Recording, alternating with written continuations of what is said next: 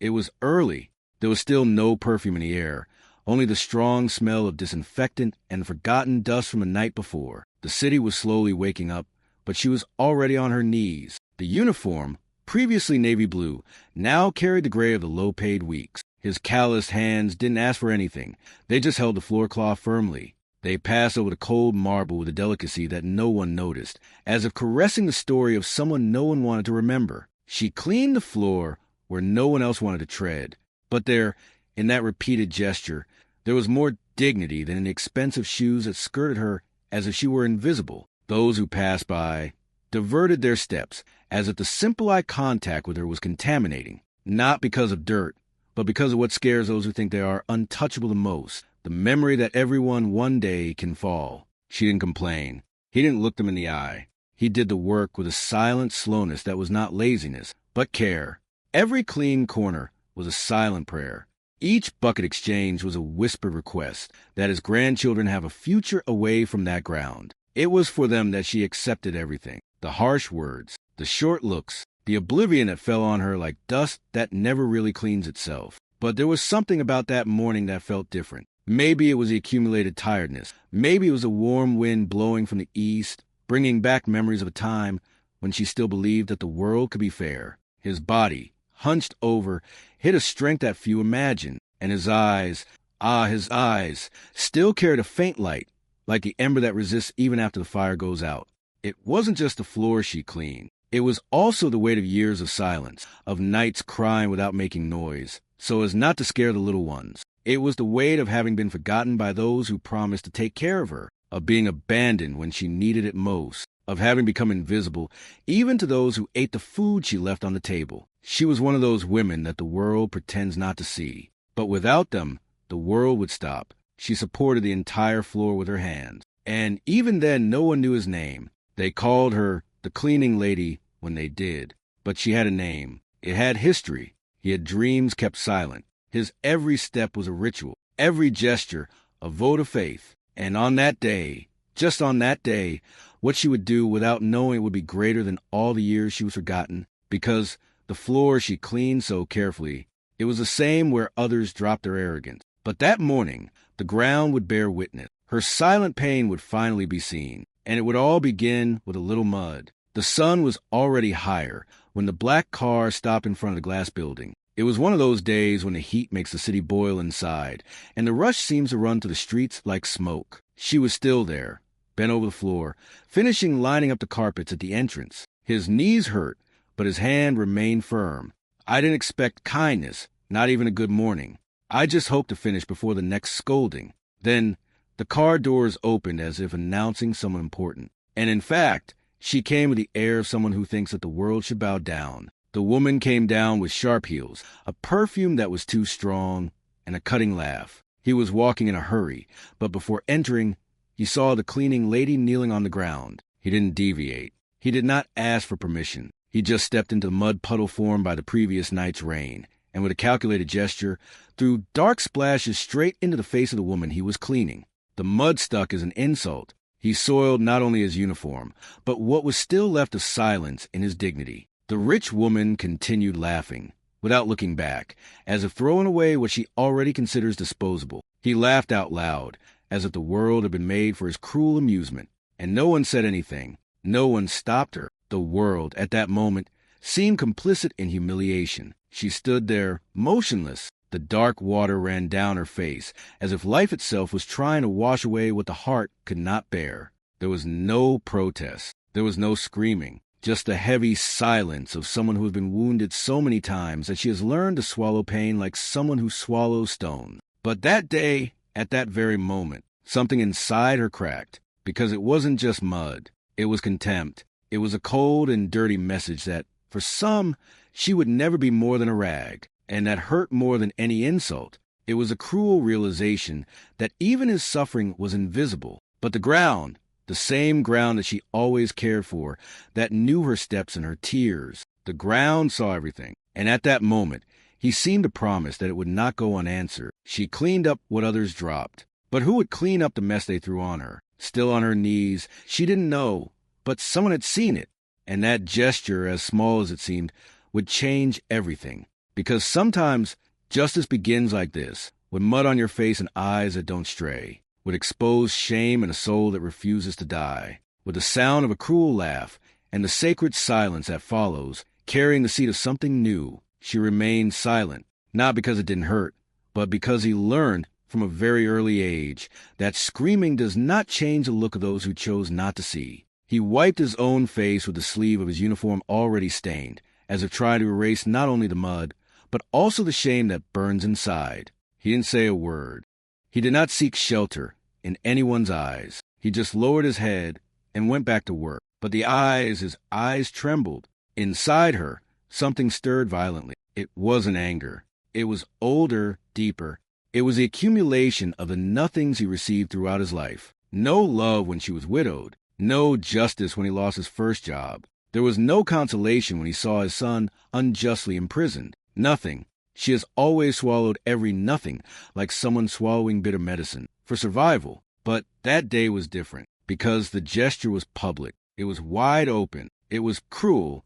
It was not just any humiliation. It was a sentence, as if they were saying in front of everyone that she did not deserve respect, that she was ground, that it was dirt, and that, even for someone accustomed to silence, hurt like a knife spinning in an open wound. She tried to continue. He forced his body to follow. But the soul did not answer. It was as if the hand still obeyed out of habit, but the heart had sat, exhausted, in a dark corner of memory. She found herself small again, hearing that poor people have to accept everything, hearing that people like her have no choice. But now she was tired of accepting, tired of bending over, tired of cleaning up on others while being treated like the dirt of the world. Something inside her was beginning to break. It was not a loud revolt.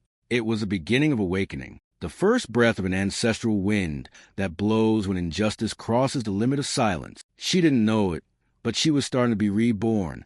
And every rebirth begins like this, with a pain that no longer fits inside, with a tear that descends without sound, with a gaze that, even without strength, still seeks meaning. That day, she tried to swallow the pain, but his chest could no longer take it. And when the soul refuses to keep dying, it is because life, in some way, has already begun to respond. The dark glass prevented the eyes from outside to see him, but from the inside, he saw everything. He was young, dressed with elegant simplicity, and there was something about his countenance that mixed youth with a wisdom that is not learned in books. He was in the back seat, waiting for the driver to turn around, when he saw the scene unfold before him. He didn't just see it, he felt it.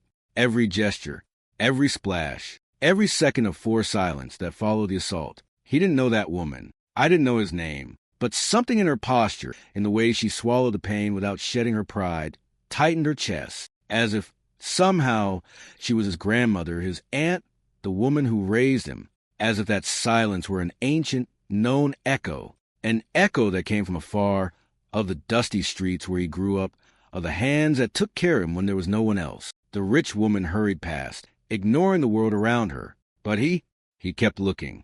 The car could have followed. Time could have erased. But he stayed there, with his eyes fixed on that image that was engraved like a wound on living skin. Because the public humiliation of a woman on her knees, covered in mud, should never go unnoticed. And he knew, in that moment, that to forget would be to betray something sacred within himself. What no one knew was that this quiet-eyed boy was not just any passenger. He was someone who came back from afar. Someone who, after many years studying abroad, returned to take the place that belonged to him. But he did not announce it with arrogance. He observed with the soul of someone who understands that power is only worth when it is used to repair what the world has broken. That day, he didn't get out of the car. He did not intervene. He did not want to turn a sacred moment into a spectacle of quick justice. But he did something even more powerful. He kept her face. He engraved the name that was embroidered on the uniform. And within himself, he promised that story would not end there. Because sometimes the right eyes need to see what the whole world pretends to ignore.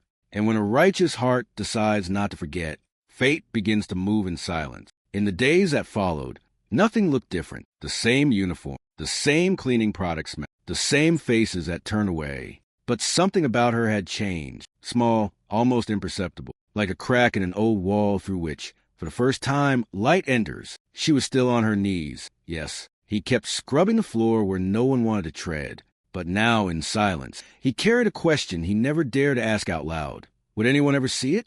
At the building's reception, she arranged the flowers. It was one of the few tasks that gave him pleasure. She liked the colors, the smell, the delicacy. It was like taking care of something alive, even if only for a short time. And it was there, between the vases and the petals, that he appeared again, the boy in the black car, now walking through the corridors as if he was already part of them. He passed slowly. He stopped for a moment, and he asked her name. She was surprised. No one asked. Nobody wanted to know. He disguised his surprise with a shy smile and replied, looking down. He repeated the name, as if guarding it carefully, and he thanked him. Is that it?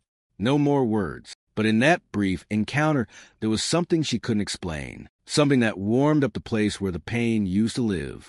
In the following days, she began to notice that the looks changed. A good morning here, a thank you there, small gestures, small seeds, as if suddenly his presence ceased to be a burden to become part of the place. But she didn't know.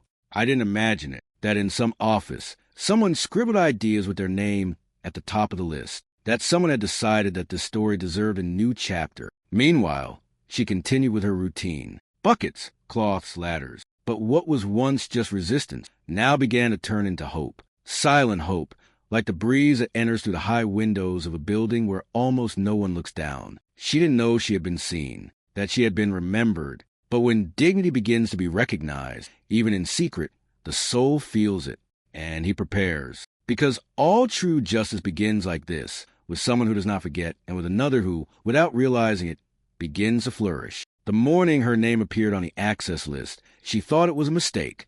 I had never been called to that wing of the building. It was an upper floor, reserved, where only executives and important visitors entered. When the security guard confirmed that everything was fine, she hesitated. His hands trembled slightly, not of fear, but of incredulity. He climbed slowly, feeling the elevator as if it were an unknown temple. Each floor that closed behind her seemed to bring her closer to something she didn't understand, but that, deep down, she was already waiting for. The door opened into a large, airy room with windows that let in the morning light. Inside, everything was new, flawless. It smelled of freshly installed wood and a beginning. She walked slowly, respecting the silence of the place, not knowing what exactly she should do. He looked around, finding no dirt, no finding anyone. There was only one envelope on the table, with his name written by hand. She picked it up gently, as if holding an old secret.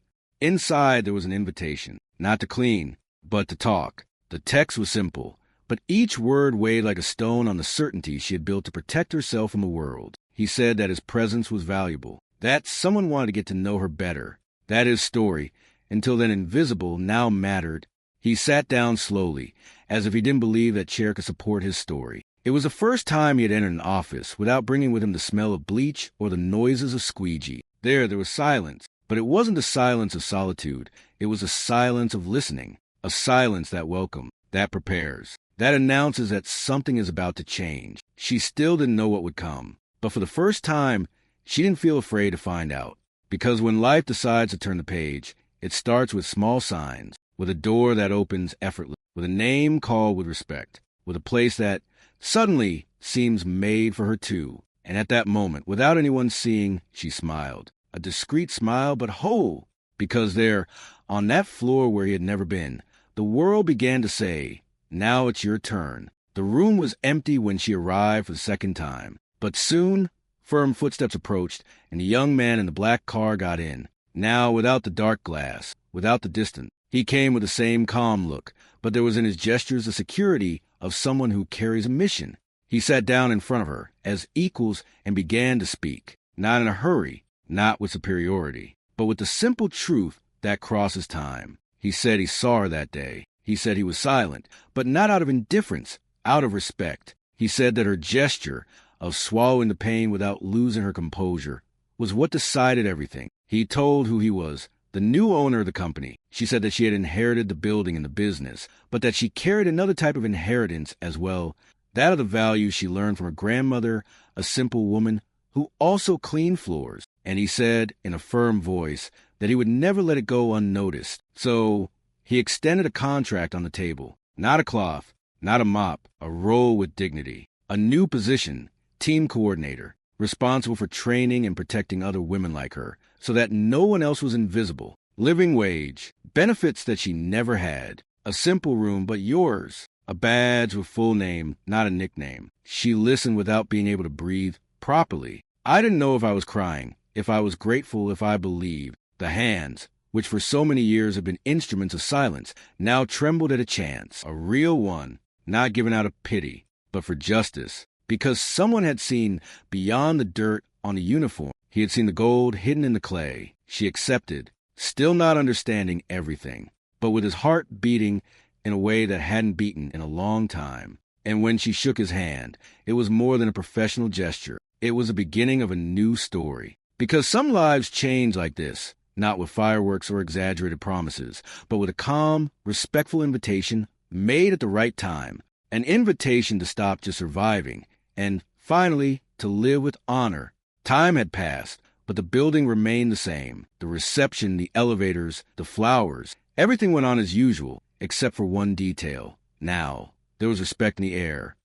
And at the center of this change was her. The woman who had previously cleaned in silence now walked between corridors being called by name. He gave orders with kindness. He listened to the employees carefully. It had a table, a digital time clock, and the tranquility of someone who, finally, was placed in the right place. That morning, as she reviewed the new team schedule, the doors opened again, and through them entered the woman in the high heel. The same, the hurried steps, the same arrogance in his eyes, maybe a little more makeup, a little less sparkle. She walked as before, as if she saw no one but herself, until, as she turned down the corridor, her eyes crossed those of the former cleaning lady, now coordinator. There was a second of hesitation, a stumbling block of the soul, but she pretended not to recognize it. He pretended it was someone else, that past did not belong to him. He avoided the gaze. It went straight through, but the embarrassment was as thick as the air before the rain, because the memory of the mud she threw could no longer be ignored. He was there, present, in the respectful silence with which the others greeted that woman with a firm posture and calm speech. She tried to disguise it, but the eyes said what the mouth didn't have the courage to assume: shame. Shame reversed, because now the roles had changed, and the one she humiliated, now, he had a voice, a position, dignity, and more than that, he had the respect of everyone around, not for position, but for the way he conducted each gesture with humility and firmness. The former cleaning lady said nothing. I didn't even need to. He continued on his way with serenity. He greeted an employee. He smiled at another. He continued with the discreet elegance of someone who no longer needs to prove anything to anyone, because there are victories that do not require revenge. They only demand presence. And in that moment, his presence was his response, and his peace, the deepest justice that could exist. The sun was setting over the city as she crossed the sidewalk where, months earlier, she had cleared mud with her bare hands. It was the same ground, the same worn stone, the same noise of cars, hurried steps, people coming and going without noticing. But she was different, and what changed wasn't just the low, firm heel she wore now. It was the way she stepped, like someone who no longer carries the weight of apologizing for existing. She walked slowly, not out of fatigue, but out of reverence. Every step was memory. Each memory, a silent victory. The blue uniform had been exchanged for a simple but clean, well-ironed outfit. The badge around her neck said more than her name. It said she belonged. That was seen, which, at last, had a place. But it was in the eyes that his biggest change lived. There, where the fear of being erased had once trembled, now a deep peace shone. A peace that does not scream, but that sustains, like the roots of the baobab, which do not show themselves, but hold everything. She remembered the mud, of the woman's laughter, of the boy's silence, of every tear he kept so that his grandchildren would not see. And he understood that he did not win despite the pain, but with it. That it was not promoted to take revenge, but to show that dignity cannot be bought. It is cultivated, even when the world tries to tear from a chest. He stopped for a moment in front of the building. He looked up.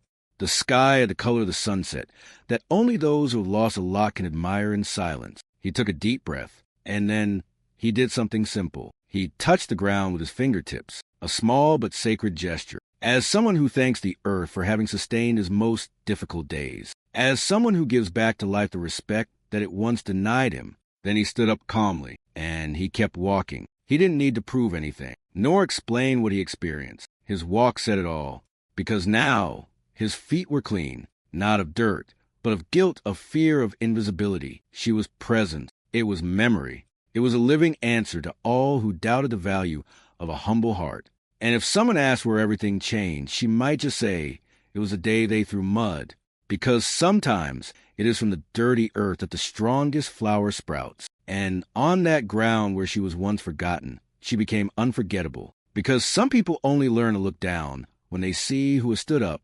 If this story spoke to your soul, if it brought up memories, wounds, or hopes, don't keep it to yourself. Subscribe to the channel and activate the bell so you don't miss other stories like this. Stories that heal, that restore, that remind you the value of those who have already been forgotten. Leave your like and share with someone who needs to remember that justice still lives. And comment below, what part of this journey did you find inside?